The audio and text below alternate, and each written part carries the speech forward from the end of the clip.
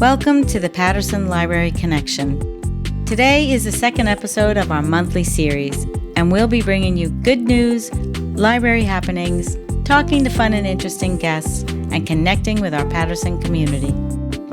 In today's episode, Judy, Kelley-Moberg, and Nancy Clark will share the amusing behind-the-scenes story about how members of the Friends of the Great Swamp came together to create the beautiful quilt that will now be displayed at the library. I'm Lily Misenti, the PR and event coordinator here at the library. Thanks for joining us. Let's get started.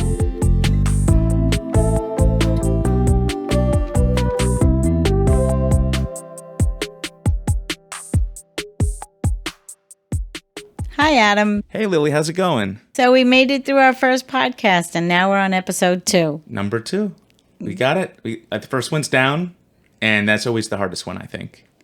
I think so, too. I think we're a lot more prepared, and I will not say I'm so excited so many times this time, I promise. You just couldn't hide it, though, the first time, I think. You know, it was very exciting. It was yeah, an exciting it was.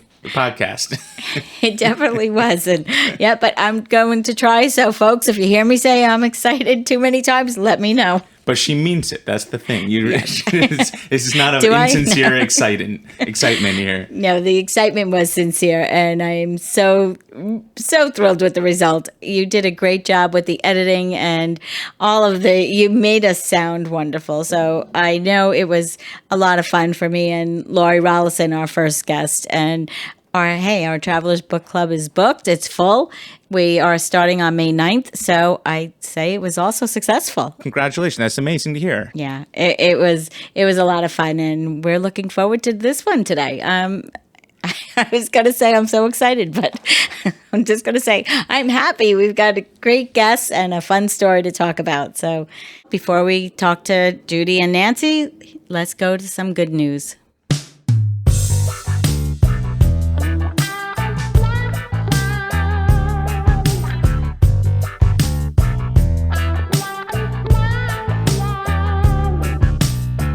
On June 5th, we'll be hosting a reception for the dedication of the beautiful frogs quilt that will be placed here at the library for permanent display. It is open to the public, and we invite you all to attend. The festivities will start at 6:30, and we hope to see you here. And on June 8th, from 10 to 3 p.m., we will once again be partnering with the Patterson Rotary for their Touch a Truck event. There'll be so much for the adults and kids to do. There'll be big trucks, bulldozers, ambulances, cranes, and lots of heavy equipment that the kids can climb on and pretend to drive. They're going to have a blast. And then there'll be food, vendors, horse and carriage rides, a bubble bus, face painting, a petting zoo, music, and so much more. So bring the family or come with your friends, come solo, and just enjoy this great community event. See you on June 8th from 10 to 3. And that's our good news.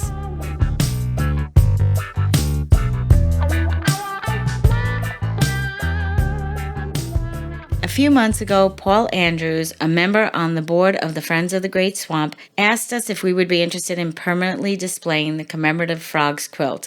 As you know, we said yes. We are thrilled to have it hanging in the main library where we can share it with the community. If you live in Patterson, chances are you know today's guests. Judy Kelley-Moberg is a former biology teacher, a member of the Friends of the Great Swamp, and the Patterson Historical Society. She's a great patron of the library and someone I admire and have enjoyed talking to for many years. From our conversations about her collection of Indian pottery to her concerns about the Great Swamp, she's always fascinating to talk to. Nancy Clark is also a longtime resident of Patterson. She's a wonderful patron of the library. She has taught at Trinity Pauling School for years and is a member of the Friends of the Great Swamp. Welcome to both of you. And thanks for coming on the show. Oh, thank you. We're so happy to have you guys here. And the reason you're here is to talk about this beautiful quilt that is now hanging in the library. And we are so grateful to have it here. It's beautiful, and I know the two of you played an integral part in creating this quilt. We're happy to see it hung here. Yeah. So tell us a little bit about it. How did it come to be? I believe it was Edie Caseby, one of the founders of Frogs. And longtime conservationist and whatnot. And a quilter. She was a quilter, and she was always saying, "Why don't we make a quilt? Come on, let's make a quilt." And then our 25th anniversary was coming up, and she said, "Okay, let's make a quilt to celebrate the anniversary." And she's the only one that had any experience with making quilts. And for some reason, we said, "Oh, okay, we'll do."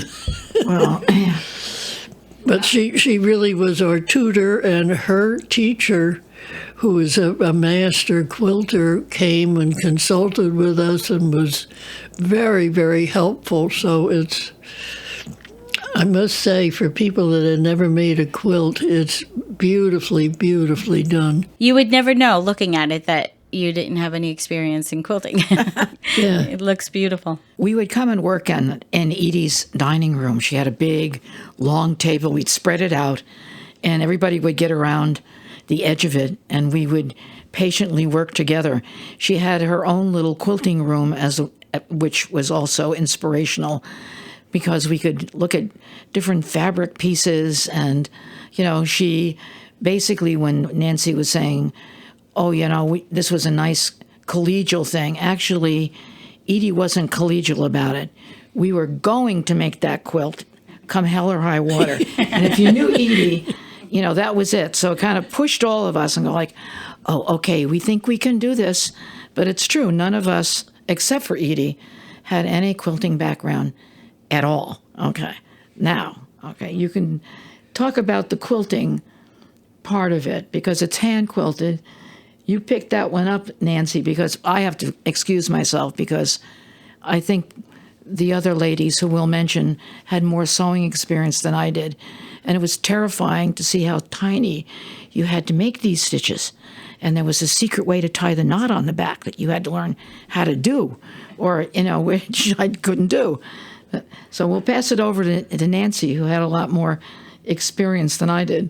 Well, of course, the first thing was deciding what theme it was going to be, what format it was going to be, and there's, any number of compositions that we could have chosen. So we first sat around and sketched, and I said, "Yeah, that's a good idea, but what about this one? This would be a good idea." And we went back and forth for quite a while, and an earth science teacher, a quilter, and I'm an artist, and Beth was a Naturalist and artist. So we came from different points of view, but we agreed on this format, and which forced us to think specifically. And once we picked a format, we said, well, great, we could have birds, we could have animals, we could have flowers, we could have amphibians.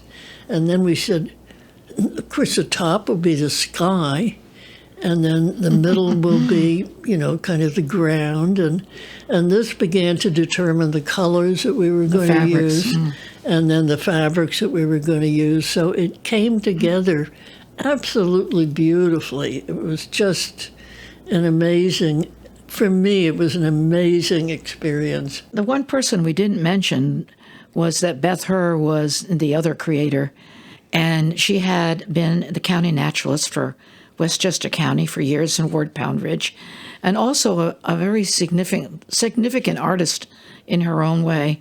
And so it made for a very interesting group of ladies discussing what we were going to put on the quilt. So we decided to think about some of the iconic plants, animals, flowers, reptiles, and amphibians to use in each of the squares. So each of us picked a bird, and a flower, and a mammal, and either a reptile, an amphibian, or a fish.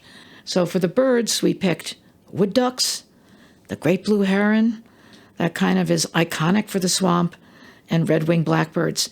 Flowers, the beautiful red cardinal flower that looks like a flame, marsh marigold, one of the first ones in the spring, and the native blue flag iris. All of the things we picked were native to and reliant on the Great Swamp for their life. Mammals, the beaver, which of course has been very interesting in flooding it now. The otter, which is my favorite because they are very playful and smart. And the raccoon that likes to fish, and as Nancy, she'll talk about. I can't talk about. You've got to talk about your raccoon one. That was the best. Well, and for reptiles, we picked a tree frog, yellow perch, and the iconic wood turtle. And I'm going to ask Nancy to talk about her raccoon. Oh, well, I don't know how much there is to say about it, except that I liked the raccoon very much. I thought he was a wicked creature, and they are. And I used to do a great deal of embroidery, and I taught embroidery here and there, and so I had a lot of experience with that. And I started doing this raccoon, and I started embroidering his bristly fur, and I got excited about it, and he came to life, and I just, and people were enjoying this wicked creature, and I ended up in physical therapy with my thumb just wrecked from embroidering this raccoon, but it was worth every bit of it. So Nancy, where did you guys get together to do this quilt, and how often did that happen? We did it at Edie's house, her lovely, gracious house, at this long dining room table. And we would work for 2 or 3 hours together in just harmony, absolutely peaceful harmony. And next thing we'd look up, and Edie would be coming in from the kitchen with a tray with tea and cookies. And, this became a focus of my life. Like, this was the best thing to do during the week. Not only was it so gracious and so productive, but it was so warm and creative. It was a beautiful, beautiful experience. I can't tell you, if you weren't ever part of something like that, what a beautiful experience it was. But to me, it was a deeply beautiful experience, from the initiation, from the conceiving of the idea all the way through. Every step, to me, was just absolutely beautiful. I think learning the steps of design was interesting for me, because it was up to you to, design the wood duck, and how were you going to put the pieces together, and then what kind of material were you going to use, because all of that became like a sort of a tactile thing, as well as, seeing patterns. So I enjoyed it. I guess maybe not quite as much as Nancy did. I think I was more stressed than anything else. I think you were too. For sure. Well, Nancy is the artist, so. And it is a very creative piece. So yeah, if you're not really artistically inclined, I could see it being a bit challenging. So, but how nice that you got to do it with friends. I love that. Yeah. That it was so much more than just working on something for a purpose. It was just spending time with people you love. Can we admit, too, that we really made this quilt to raffle it off, to make money for the Great Swamp celebration that year in 2015? Okay. And after we spent all this time on it, we all looked at each other and we said, no way can we raffle this quilt off. No way. We're keeping it, okay? And actually, we began to call it the traveling quilt. And so it really became a really part of our outreach to the community. We would hang it, and when we started our talk, we'd say, what's so great about the Great Swamp? And the quilt was the focus. Everybody's eyes were on the quilt, okay? And it made people aware of one of the reasons we were trying to protect the Great Swamp, because of all the plants and animals that made it their home. And I think even beyond that, we took the quilt pieces, and each of us used the pieces we made, and we made a coloring book for children. And each of the pages featured one of the squares with a text underneath it and how the quilt was made, so that the children could enjoy coloring and also connecting to the swamp. We gave those out here at the library when you first brought it here to be exhibited, and those books went out every day. People would come back for months to ask for more copies. They loved doing that. The kids loved it, the parents loved it, and it was educational. So kids learned a lot. And one of the things that I love about it hanging here is that it really draws a lot of interest and attention. It's only been up for about 2 weeks, and already we have kids standing there looking at the animals and parents pointing out what they are and discussing the Great Swamp. I know, Judy, for you, the Great Swamp is such a focal point, and for you as well, Nancy. And the frogs bring such great awareness. It is such a gift to have this in our community. And I am grateful, as are many, that the Friends of the Great Swamp really take care of it and bring awareness to some of the issues that are plaguing this swamp at this time. So having the quilt here allows for a conversation to start, which is huge, right? And when we thought about where it should hang, this is exactly where it should be. Just a block down from the library, you can walk in on our Patterson Trail, the Great Swamp Patterson Environmental Park, and walk right up into the swamp and on the boardwalk, and you can actually feel like you've been completely enveloped in this exciting environment, and it's all around you. So I think it's really a sense of pride, I think, especially those of us in Patterson. We have this huge floodplain, which is the biggest part of the swamp here, and you mentioned it's actually 6,000 acre wetland, 20 miles long. And you're right, from Dover down to southeast. And I think it should be a source, and it is a source of pride for us in our community. Mm-hmm. I don't know if they're still doing it or not, but my daughter, who's 47 now,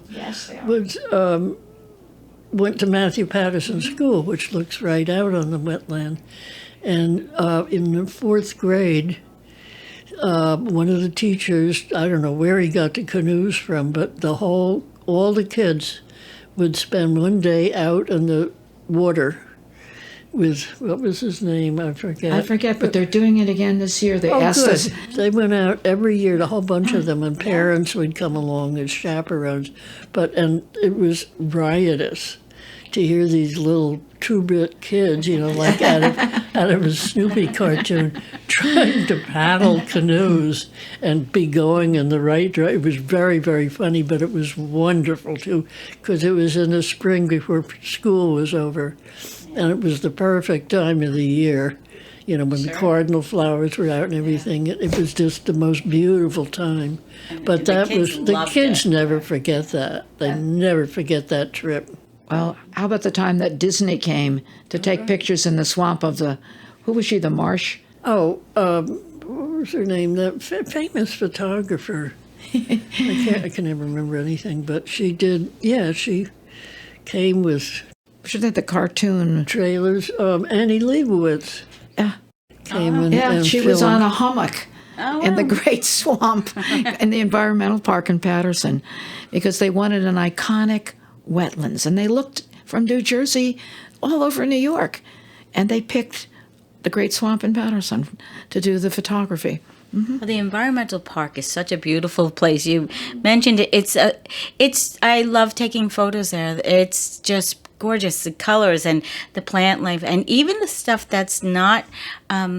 It looks like it's dead, but it's actually it brings you to a different place. The minute you get there, you can see how remarkable this place is and really what it brings to this community. So I agree, it's a magical place. And Nancy and I will both agree, in fact all the people that worked on this, that art connects people to many, many things, and we're hopeful that this quilt will help connect people to this treasure that we have called the Great Swamp and all the plants and animals that call it home. Obviously, it has a great deal already, and we don't even know.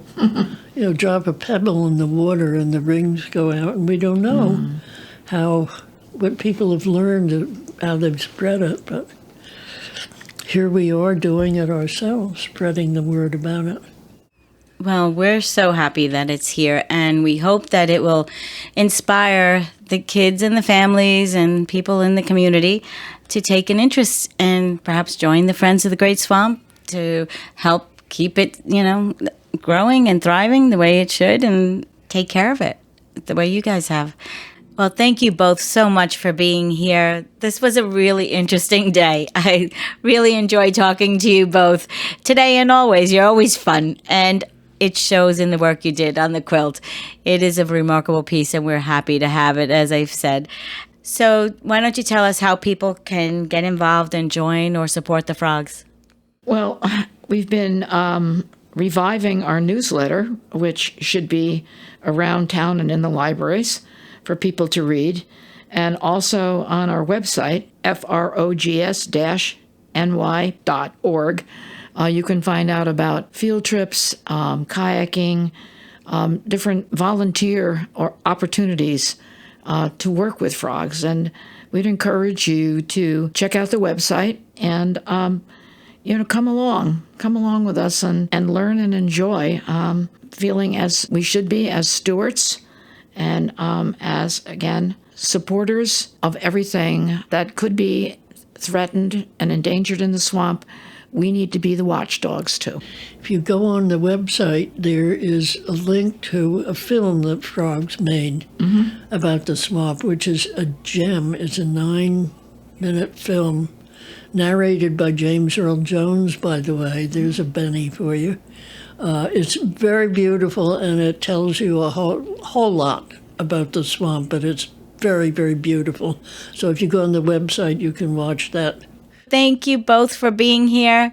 And we want everybody to hear about this beautiful quilt. Stop by the library during library hours so that you can bring the kids, take a look at it. It is a beautiful piece. It's fascinating to learn about the animals in the Great Swamp, and hearing about the story and how this quilt was made was interesting and fun for all of us. So thank you both again. Thank you. It was a pleasure. It was great fun.